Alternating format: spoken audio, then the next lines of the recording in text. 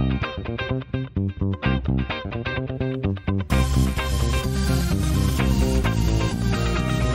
hello, hello. Welcome, everybody. Welcome to the Nimble Urban Survivor podcast show. I'm your host, Nick Catelli. Great to have you here. Hope you're having a good month, good year, good galaxy, good whatever. We got a good show today. And, you know, I know you guys think it's like I say that every show, but this is going to be the show where they're going to make a Lifetime movie about it. Yeah, have you ever seen the Lifetime channel? Because, yeah, you never know. In like the next 5 to 35 years, hopefully Lifetime will still be a network in 35 years. Well, they're going to make a movie about this episode because it's going to be a good one today. So listen up, because it has something to do very important that we all deal with every day, unless you live in the middle of nowhere in a cabin up in the woods and you can survive off the land, which if you can do that, I really, really admire you for that. But today's topic is how to survive nosy neighbors in Missouri. That's right, the heart of the Midwest, Missouri. They've got that arch, which is the gateway, like a Stargate, I guess, out to the west. I don't know. I guess at some point you walk under it and it transports you here to California. That would be great, though. It would save me a lot of money on plane tickets having to go there. Because if you didn't know, my parents actually live in St. Louis, Missouri. So that's the topic today. We're going to talk about those nosy neighbors. The neighbors that won't leave you alone. The neighbors that always ask you for something. They want to be your best friend. Just because you're neighbors with someone doesn't mean you have to be best friends with them. That's not a law somewhere. Okay, now that might be a law like in another foreign country. But here in America, you have the American right not to be American friends with your American neighbor. Okay? That is, you know, I think it's in the Constitution right under the right to bear arms or something like that. I'm not sure. So that's what we're going to talk about today, is how to survive those nosy Missouri neighbors. Because in the Midwest, you know, everybody wants to talk to everybody, and everybody wants to be, you know, super friendly with each other, which I get that. That's like a midwestern thing. And it's kind of nice at first. You're like, oh, this is kind of cute. Like everybody knows everyone. Everybody's, hey, Mr. Johnson, how you doing? Oh, hey there, Cindy. I made you this nice blueberry pumpkinberry pie. And, you know, they eat the pie together. And that seems great. But then at some point, it gets annoying. Because it starts out really nice, and then it builds up. But before we get into that, we're going to talk about our sponsor for today's episode called Frozy Spoon. The Frozy Spoon, the only spoon that stays at crisp 34 degrees Fahrenheit so that every bite of your frozen treat can be perfectly nice and solid and not melted. Well, that's kind of nice. It's a spoon that, I guess, you know, stays cold, so it keeps your, you know, cold foods, I guess, cold when they make it from like the bowl or the plate to your mouth. That's kind of interesting. There are a few disclaimers, though. Disclaimer number 1, do not use Frozy Spoon for more than 35 seconds. You can get frostbite on your hands. It is recommended here. I have to tell you guys, you should wear gloves. It also says here is do not put Frozy Spoon in your mouth for more than 5 seconds, or you could get frostbite and your teeth could fall out. You get frostbite of the gums, and I guess your front teeth would come out. But I guess if you like ice cream, though, you don't really need teeth for ice cream. So, you know, be cautious there. But Frosty Spoon, the only spoon that makes every bite a delectable 34 degrees Fahrenheit. So that's nice. Okay, so back to our topic. How to survive those nosy Missouri Midwestern neighbors. And guys, I say this because, you know, it's like, don't be mean to your neighbor. I'm not a mean guy, okay? But I have found with my track history of neighbors is, number 1, when I move into a new place, they always want to be friends with me. And they want to know everything about me. And the thing is like, guys, it's not required. Just because I live next to you in this apartment complex doesn't mean we need to be neighbors. And this always happens to me. I remember the first time I moved into Chicago, I moved into this girl, and she kept asking me to watch her cat just because I said hello to her in the building. So I don't know, she thought that me saying hello meant, hey, we're best friends, we're like sorority sisters, can you watch my cat? Even though I'm like deadly allergic to cats. And then another bad thing was a couple of years ago, I was in my old apartment here in Los Angeles, and my neighbor came over, he knocked on the door and came over and asked if I would wait for his wine to be delivered. so he could go out, I guess, and work out and party and get drunk. And that all stemmed from because I had like a 5-second conversation with him in the lobby. And I don't even remember what it was, but I guess that was like the door opener right there. And it was like waiting for the cable guy. And the guy never showed up. And it sucked because I had to spend my whole day in my apartment waiting for my neighbor's wine to be delivered that never showed up. And that was the last straw with me. That was the tipping point where I was like, you know what? Never again.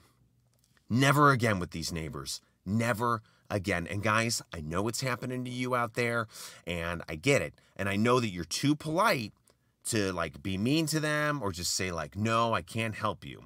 Okay, so that's why on today's episode, I'm going to help you out with that. And that's what we're going to talk about is how do you survive that? What are the steps you need to take so that your neighbors never talk to you, they never bother you, they never look at you? Because if you're like me, you just want to live in peace, okay? And you don't need any new friends, all right? If you're, that's the thing. So let's talk about this. First of all, the easy solution, if you don't want to deal, obviously with nosy neighbors, is move to a secluded place. Find a log cabin somewhere or live on a riverboat or even like a boat in the ocean so that you can just go out in the middle of the ocean, live there by yourself, not be bothered by anyone, or have a mobile home like an RV or something like that. You can just kind of drive around the country not being bothered by anyone. That's kind of the best easy solution, but it's a very hefty financial solution, all right? Costs a lot of money. 6 figures, you're spending money on gasoline, all those kind of things. So we're going to talk about what's the cheap solution, right? What is a solution where you don't have to leave your home? Because, you shouldn't have to. And sometimes bad neighbors can do that to you. They can make you be like, I love my house, but I hate the people that live next door to me. We have to move. Which leads me to step 1. You do have to move. You have to do a fresh start. You got to move somewhere new, get off your street, move to a new neighborhood, new block, whatever. I'm sorry to say that, but it is true because you have to recreate a whole new persona about you that the neighbors will not want to be bothered by you. So you have to move.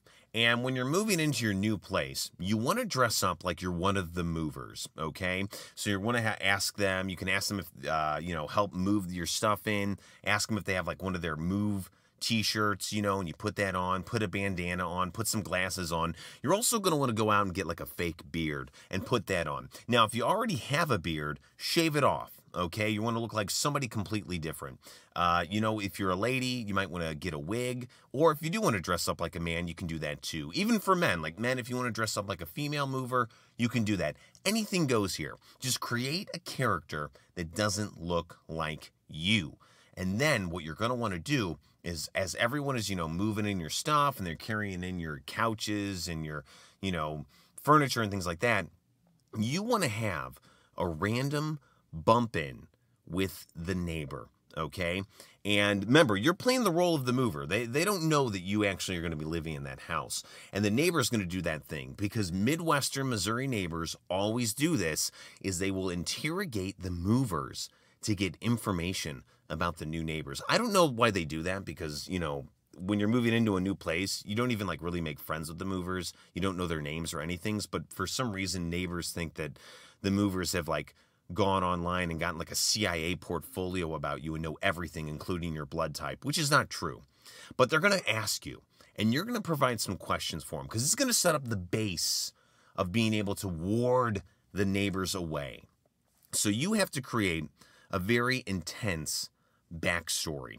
Okay, now for me, I'm Italian American, so I like to create the sense that, oh yeah, the guy that's moving in, he's part of the Zanelli family. Yeah, I heard it's like some big mob family out of New Jersey. I heard he had to move out of New Jersey here to Missouri just to, get away from it all. He might be in the witness protection program. You want to set up something like that. You want to set up a character or a story where you seem kind of like a scary guy, but you're not a serial killer. Don't go that route. I think that's a mistake a lot of people make is they go like the serial killer route. They're like, oh yeah, that's old McNair. They think that he cut a whole bunch of people's hands off and made a Barbie set out of it. I'd stay away from him. Now, you don't want to do the serial killer route because the minute you do that route, your neighbors are going to be watching you like a hawk because they're going to want to, call the police on you, or they're going to be really invested in that. So don't go that route. You want to go kind of like the mafia route. He's kind of a made guy. Scary things can happen. You want to stay away from him. You want to create that persona that if you get involved with this guy, the FBI could be out in front of your house by tomorrow taking photographs of you. That's the persona you want to set and lay that foundation as you play the role of the mover, helping move you in. Okay? Now, here's the thing. Is the neighbors will kind of believe you, but they're not going to kind of believe you because, again, you're just playing the role of a mover, and you're not that legitimate, right? But you've planted the seed in the back of their head, right? And that's what you wanted to do. You want to plant the seed. Step one, plant the seed of this guy or this person could be a dangerous neighbor. Might want to stay away from them because what you're going to do next in the next steps is we are going to water the shit out of that seed, and it's going to grow into a big old oak tree, like one of those oak trees that you could make like pioneer furniture out of it for George Washington and the British when they had like a surrender meeting at the War of 1812. I think George Washington was involved in that war. I'm not really sure. Don't judge me if I'm wrong on that. Which brings me to step 2, which I like to call first contact. Because if you know, those Midwest Missouri neighbors are still going to want to come over and introduce themselves. They do that thing called like the welcome wagon, right? They're going to knock on the door. They're going to have like a plate of brownies and some coupons that you'll never use. Like it'll be like, save 5% over at the old hair extension mart over on 4th Street. You know, you're never going to use those coupons. I don't know who uses those coupons, but they're still making them. So I guess supposedly someone is using them, but they're going to bring stuff like that over, all right? So open the door. Don't let them in the house, though. You want to have first contact be on the porch, because if you let them in the house, the jig is up. They're going to know that you're not involved with the mafia, you're not a made guy, and they're not going to be scared of you. They're going to think that it was all just hoo-ha, which is a fancy Midwestern term that means not real when you were pretending to be the mover. So don't let them in the house. Now, when they try to make small talk with you, don't give away a lot of stuff. Because remember, you're a mafia-made guy. And if you know how made guys are, they don't say anything. Very short answers. So if they say, hey, where'd you move from? You can just say stuff like, I don't know, a place. I moved from a place. And look really irritated. Always be like looking over their shoulder, like as if someone's watching them. So they're going to, the nosy neighbor's going to continue to talk to you. And as they do, you want to kind of look over their shoulder or look over their head. And then to really kind of start planting, making that seed grow in their mind, you're going to want to ask them this question. You're going to say, hey, did anybody follow you here? Did you get followed over here? Are you a cop? And they're going to be like, oh, well, no, I don't think so. And then you say, all right, good. Okay, well, I gotta go do some stuff, so I'll talk to you later. And then just shut the door on them. If you want to take the brownies, you can. That is optional. If you want to take the coupons, I guess you could take those too. But that's it. First contact should last no longer than, I would say, about 1 minute and 12 seconds. If you go longer than that, then they're going to think that you're, friendly. And then by the end of the day, they're going to be asking you to, like, watch their, poodle or be godfather to their second born or something. And you don't want that to happen. So that's step 2. First contact, 1 minute and 12, boom, done. See, we put a little water on that seed in their mind, and now it is sprouted. The seed has sprouted in the back of their head. Let's move on to step 3, which I like to call reiterate danger. And the way you're going to want to do this, and I actually do this with my neighbors where I live right now, is that if I see one coming around the corner, I immediately act like I'm talking on my phone to some sort of like made guy on the other line. And I do it with an accent. And that's a true story. And it makes people, not want to be bothered by me. And it's great. So how you're going to want to do this is you want to see when your neighbor is out back. They'll be out back having some lemonade, cutting the grass, playing horseshoes. I think that's the thing they do in Missouri. And while they're doing that, you want to go outside and act like you're on your phone trying to have a private conversation, okay? But you want them to overhear and see you having the conversation. Now, what the conversation is going to be about is you don't have to come up with like a big backstory or write a script or anything. Just keep it vague and make every other word be kind of a curse word. I would say think of like Joe Pesci and Robert De Niro in Goodfellas. That's what you want your conversation to be. And be really angry and make it be about money. And I'll give you an example. So if you're out on your phone, you'd be like, hey, yeah, this is Nick. you tell so-and-so he owes me my frickin' money. If I don't get my frickin' money by the end of the day, I'm gonna do that thing that I did to that guy up on that thing when that thing happened to that other guy over with that other thing. And let's just say he's not gonna be able to use that thing to do that thing anymore. That's that's one thing you got to do is you don't want to give out the specifics. It's always you got to talk very vague, and I think that's something that made men are very good at. It's like, hey, did you talk to that guy? Which guy? That guy, the guy that did the thing up north in the thing. And it's kind of like a big old undercover code. And you want this phone call, this fake pretend phone call that they're eavesdropping on, because if you didn't know, Missouri Midwesterners love to eavesdrop. It's like heroin to them. I mean, they just love to shoot it in their veins and just, spaz out on eavesdropping to get that juicy gossip that they love. They just love to bite into it. So you want to end the phone call on a really bad high note. I mean, just put a string together of just a couple of curse words and get really angry and kind of almost be like you're going to slam your phone, all right? And then take a moment and then slightly look over and make eye contact with the neighbor. And it's almost like you got to really sell this, guys. You really have to sell this. I kid you not. Do not mess around at this part. You want to look right at him, and you want to not say a word. Don't say a word, but you subconsciously want to be like, I will hurt you for eavesdropping on me. And you really got to sell it with your eyes. And I'm not going to lie, if you need an example of that, I mean, I would just look up any mafia movie, Godfather, Goodfellas, Casino, any of that. And really, and you just want to give that dramatic stare down, and let them know that that they know that they were listening. Now, a good sign at this point that everything is just working like clockwork, steps 1, 2, and 3, is after you do the fake phone call and give them that dead-eyed look, they're going to go right back inside their house. Now, if they have a small child outside with them too, and they cling on to the kid and drag him into the house too, that's a really good sign. That means that they fear you. And I hate to say this, guys, but fear is good, only in this scenario, right? And remember, it's fine because you haven't made a threat to them. You haven't done anything to them. You're just creating this, persona that you might be a dangerous person. So you might not want to bother me as your neighbor or ask me for anything or even ask me for a cup of sugar because something bad could happen. Which brings me on then to step 4, the fake arrest.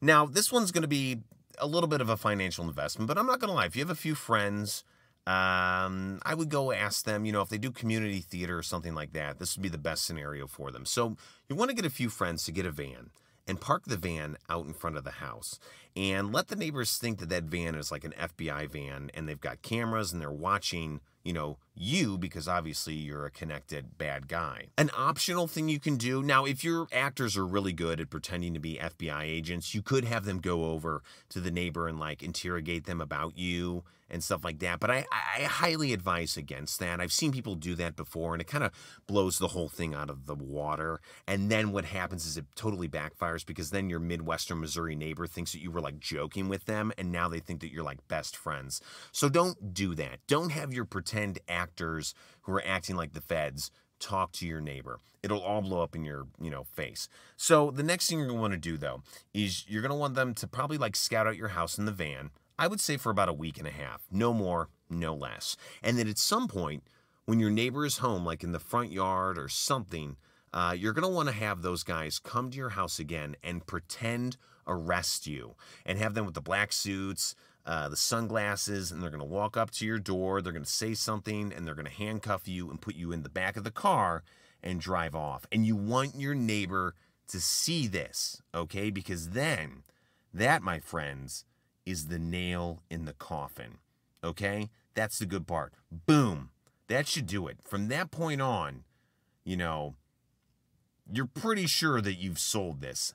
Now, the biggest test you can do, because I know you guys are asking yourself, you're like, well, Nick, I did all this, but I still feel like my neighbor could come over here and want to use my pool. How do I get, what's the big test? Okay. So that would be the next step, which is step 5, the test. Really simple. And the way you do it at this point, obviously you want to test your neighbor. And I would say catch them, obviously, while they're outside cutting the grass or doing something, and make contact with them. Try to talk to them and see what they do, okay? And it's their reaction which is going to solidify if you've done steps, 1 through 4 correctly.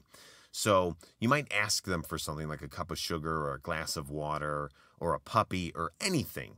And if they just say no, or if they don't say anything at all and just run back inside, boom, you've done it. You have completed the whole how to survive your Nosy, Missouri, Midwest neighbor. And it's great. Now, if they just laugh at you and they're still friendly, you have failed. And my advice is to pack up, move to another city, and start step 1 all over again. So see, it's as easy as that, guys. I mean, that's why I love this show, is because we just make things so easy. It's a 5-step process, okay? And that's how you get it to where your Missouri nosy neighbor will never bother you. They'll never ask you for anything, and it will be glorious. And here's the extra, icing on the cake, is now you have free reign to do whatever you want. Because, as you know, in the Midwest, in Missouri, gossip spreads like wildfire. It's like the coronavirus. It's infectious. It spreads. It's crazy. It's all over the place. Everyone on the block, maybe the whole city, will know about you. And it's awesome because then you have free reign to do whatever you want. If you want to put up those 10-foot hedges, you can put those up now. No one's going to question you. Nobody's even going to bother you. Okay, if you want to make your mailbox look like Kermit the Frog and you're putting the mail into his crotch, you can do that because the city's not going to say anything. Your neighborhood watch isn't going to say anything. And even also think about this. The kids, they're never going to mess with you. They'll never TP your house. They'll never ding, what is that, doorbell ding ditch thing? I can't really pronounce it, but where they knock on your door and run away. They're not going to do that now, okay? Because everyone knows and everyone fears you. And that's the kind of neighbor you want to be. You want to be the neighbor they fear. Because when you fear that neighbor, you respect them and you stay away from them. And that's it, my friends. And then you will live out a very peaceful, wonderful, healthy life. Because let's be honest, guys, neighbors are emotionally tasking. They can cause a lot of anxiety and depression. They're always blah, blah, blah, blah, blah. They look over the fence. They're always creeping on you, watching what you're doing. You don't want that. You want to live a nice, independent life, right? And with my 5-step process, you can. And you're welcome. All right, guys. Well, that's all the time we have for today's show. But as always, thank you for tuning in. Thank you for listening. Remember to like and subscribe. Remember, you can find us on iTunes, Spotify, and Podbean. Those are the 3 kind of, podcast networks we are on right now. We're looking to try and expand maybe into iHeartRadio and Amazon and stuff like that. But for right now, we're just on those 3. Remember, if you have a topic you want to talk about on the show, feel free to contact me through my social media or contact me directly through my website at www.catellicomedy.com. Again, guys, thank you for listening. I know there's a lot of amazing podcasts out there that you could listen to, so we are honored and we're very grateful that you chose to listen to ours. Again, I'm Nick Catelli from the Nimble Urban Survivor. Guys, have a great day, great week, great universe, great whatever. And remember, survive out there.